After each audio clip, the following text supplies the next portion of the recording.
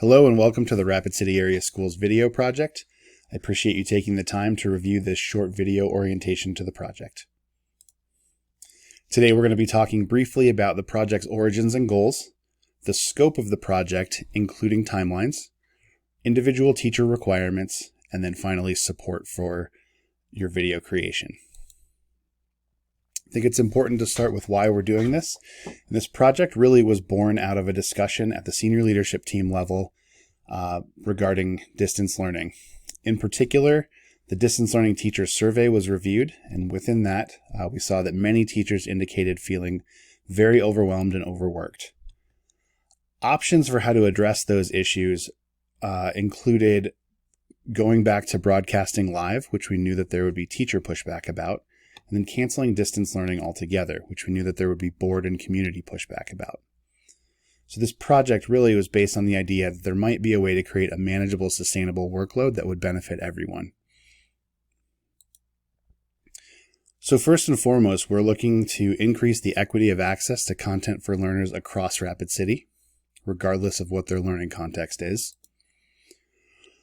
We're hoping to create a sustainable workload for pandemic teaching. What we're doing now is not normal, and we need to make it as manageable as we can. And finally, we want to leverage our current situation with COVID-19 for future benefit. There is an urgency right now and an opportunity that we may never have again to take advantage of this opportunity to create new resources. There are several goals to the project.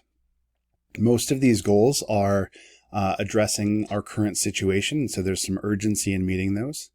But we also don't want to waste a crisis, and there are future applications that we'll be looking at as well. So first and foremost, we're looking to reduce the duplication of effort across schools. If you are in a school that is already sharing videos within your building or across your cohort, then this isn't going to be a great deal of change for you. However, it does mean that we will reduce the total amount of work that you'll have to do. We're looking to create a seamless transition between levels 1, 2, and 3 by having content available at any given moment. Also, we know that our learners can drop in and out of school based on quarantine, so we want to make sure that we have resources to allow for the continuity of instruction for them. We're looking to increase the overall quality of our recorded content by reducing the quantity of that recorded content and overall reducing the workload for individual teachers and teams. Again, even if you are currently sharing content across your school or cohort, that workload is being duplicated at least 5 times, if not more than that.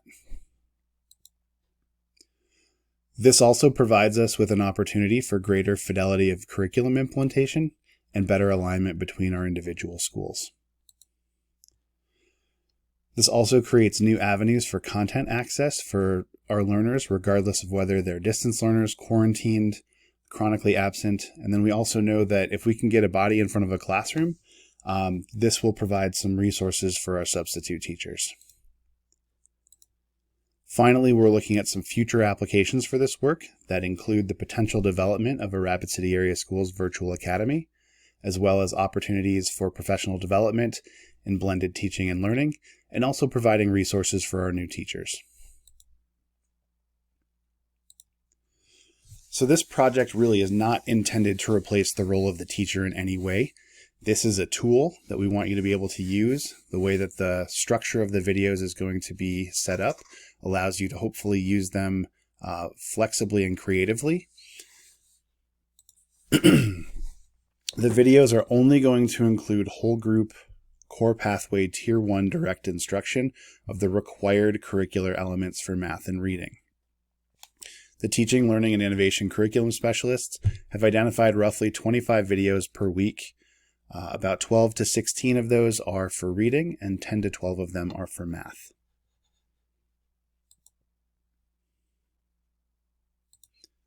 In total, we'll be creating 3,600 videos for kindergarten through 5th grade just for trimesters 2 and 3. This means that each individual teacher will be responsible for roughly 8 to 12 videos for the entire school year. And those videos are staggered across several months so that at any one time, you're probably looking at 4 to 6 videos that need to be created. Just to give you some context for that, if each individual teacher in our school district had to individually create videos of the required elements of our curriculum for trimesters 2 and 3, they would need to produce 600 videos to complete the year. Teaching, Learning, Innovation has created a production schedule with school-level assignments, which I'll share briefly in a moment.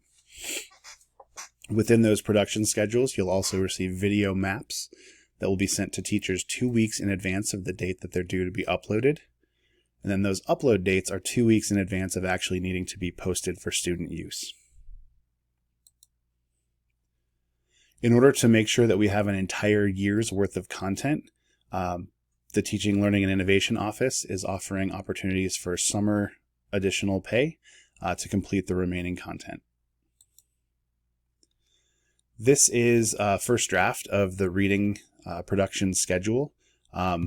You can take a look at this, but just know that these dates are subject to change in the next few days as we finalize things moving forward. But what I want you to notice here is that there is either significant time before your school's work is due or significant time after your school is up in order to utilize the work of other people.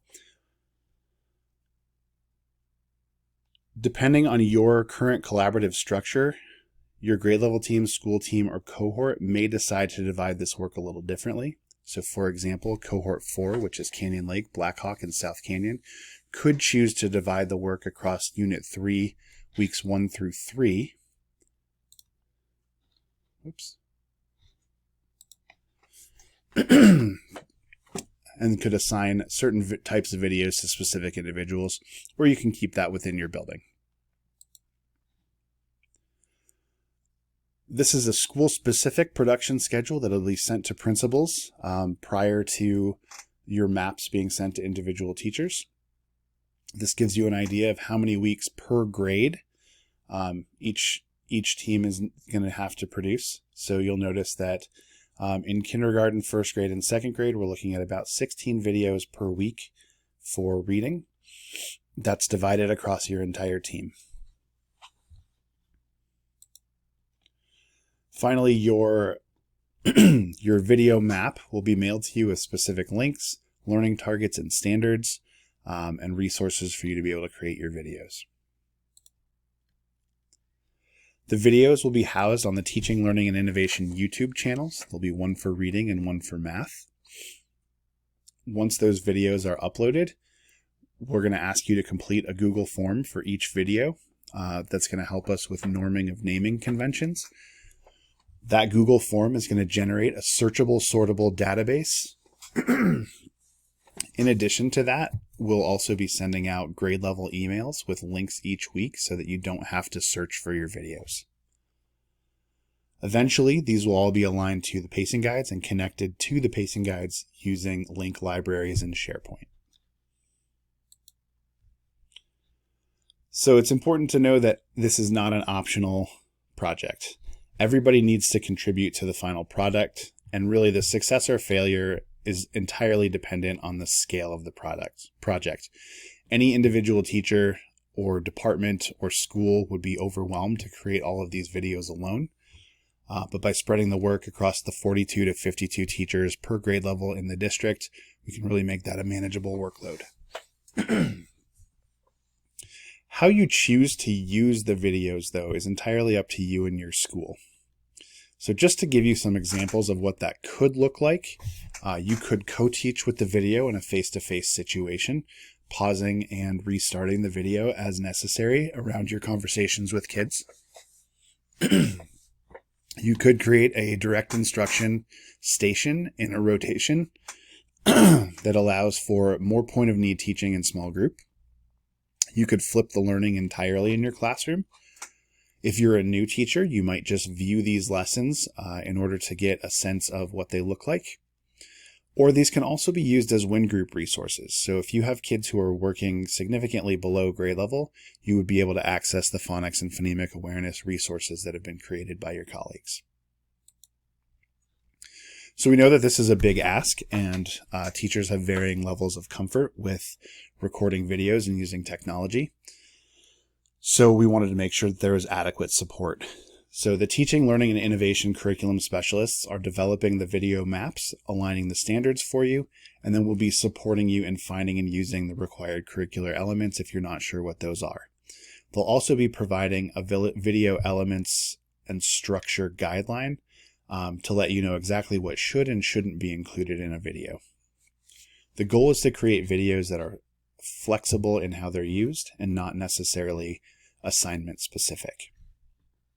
Our digital literacy coordinators will be providing resources for best practices for video production, so things like camera angle, lighting, and sound. They'll also be giving you a list of apps and programs that are recommended so that the steps from video recording to video upload are as few as possible. And finally, if you do run into any issues with uploading video content, digital literacy coordinators will be available to support you in that.